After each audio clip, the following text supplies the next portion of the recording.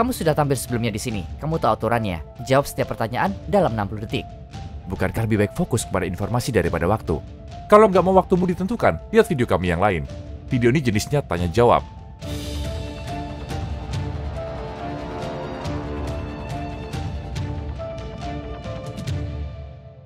Apa perbedaan ateisme dan agnostisisme?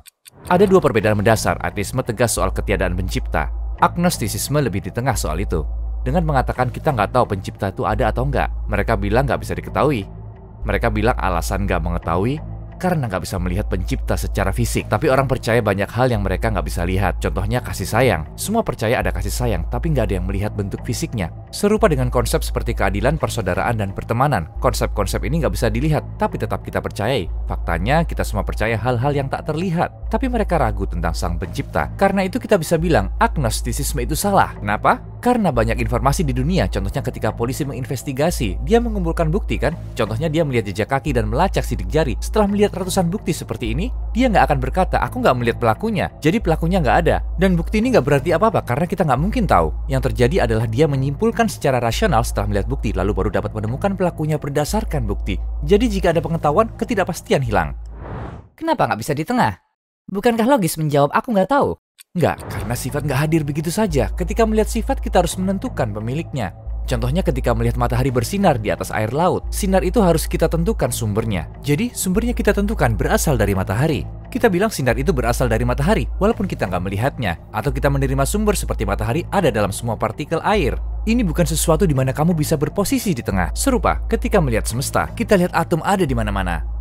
Tapi ketika meneliti atom, aku lihat atom nggak memiliki sifat. Contohnya atom nggak terlihat seperti yang kulihat, dan atom nggak terdengar seperti yang kudengar. Jadi aku nggak bisa mengabaikan sifat ini begitu saja. Tapi jika aku nggak bisa melihat sifat di atom ketika aku teliti, yang memang nggak terlihat, maka aku akan bilang, bahkan jika aku tidak melihatnya, aku harus menerima bahwa ada entitas di balik ini semua. Entitas yang memiliki atribut ini, sang pencipta.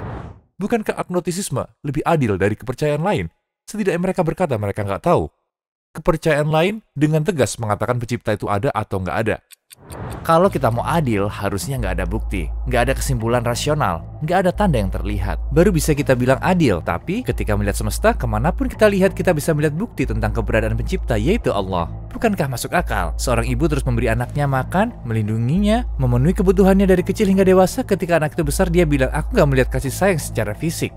Jadi aku nggak tahu apakah ibuku memiliki kasih sayang. Aku nggak pernah bisa tahu. Aku nggak bisa berkata dengan pasti apakah anak ini adil atau enggak. Bagaimana kamu bisa berkata ibumu nggak punya kasih sayang karena kamu nggak bisa melihatnya secara fisik? Dengan kata lain, ketika segalanya dalam semesta memberitahu kita tentang Allah yang bisa kita lihat, apakah kita adil atau enggak? Bagaimana bisa 100% pasti tentang keberadaan Allah? Kalaupun 1 dari 1 juta, bukankah ada ruang untuk kesalahan?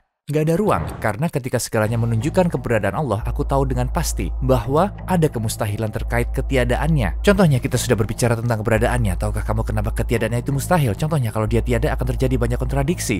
Salah satunya adalah dilema hakim terdakwa. Sesuatu tidak bisa menjadi hakim dan terdakwa sekaligus. Contohnya, ketika melihat bangunan, ia terbuat dari batu bata kan? Batu batanya semua sama. Mereka terbuat dari bahan yang sama. Ketika melihat batu bata ini, jika aku nggak menerima adanya arsitek, batu bata ini nggak mungkin tersusun sendiri. Harus ada batu bata yang mendominasi setiap batu bata lain. Hakim tertinggi. Dan pada saat yang sama menjadi terdakwa tertinggi kepada sebuah batu bata. Kenapa? Siapa yang akan memberi perintah dan siapa yang akan melaksanakan perintah? Batu bata mana yang akan memerintah yang lain? Bagaimana ia bisa sekaligus menerima perintah? Jadi seperti contoh ini, karena ada dilema hakim terdakwa. Kalau dibandingkan dengan atom di mana tidak ada pencipta, setiap atom harus menjadi hakim tertinggi dan juga terdakwa tertinggi, sehingga bisa melanjutkan proses ini ke seluruh semesta dan mengelola semesta. Tapi ini adalah kontradiksi. Setiap atom adalah terdakwa, jadi harus ada pencipta, seperti contoh arsitek yang menyusun batu bata. Kita bisa berdiskusi lebih lanjut, tapi waktu kita terbatas. Apa yang kamu bilang kepada mereka yang berkata kamu percaya pada Tuhan yang kamu ciptakan dalam pikiranmu dan semua itu hanyalah persepsimu? Sains itu tunduk pada pengetahuan. Jadi kalaupun ada informasi, realitas nggak berubah. Perubahan persepsiku atau pikiranku nggak akan mengubah realitas. Contohnya, aku tutup mataku dan kubayangkan ada talam di sini, bukan meja. Perubahan pengetahuanku, perubahan persepsiku nggak mempengaruhi realitas. Serupa, kita tidak berbicara tentang ilusi dalam semesta. Kita berbicara tentang banyak unsur fisik yang kita lihat.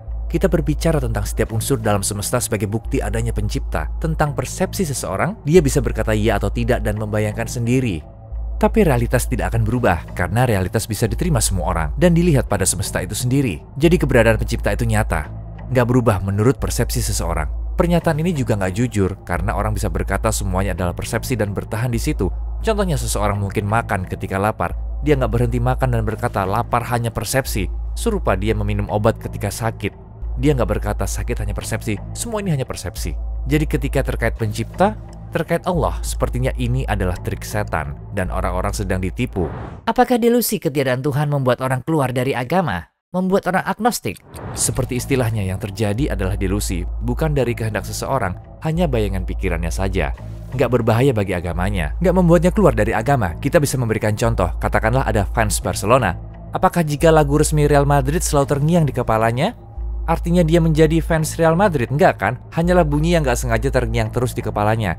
Nggak akan mengubah pikirannya. Dan serupa bisikan setan seperti, bagaimana jika Tuhan nggak ada? Bagaimana jika nggak benar? Bayangan nggak terkontrol ini nggak akan mengubah pikiran orang itu dan membuatnya keluar dari agama, kecuali orang tersebut menerimanya dan menyebarluaskannya, nggak akan ada masalah. Yang penting mengetahui bahwa ia adalah delusi dan mengkaji buktinya dari dalam Islam. Itu saja pertanyaan kami. Lain kali pertanyaannya akan lebih sulit. Seperti ku bilang, nggak ada pertanyaan sulit. Hanya pertanyaan yang belum terjawab.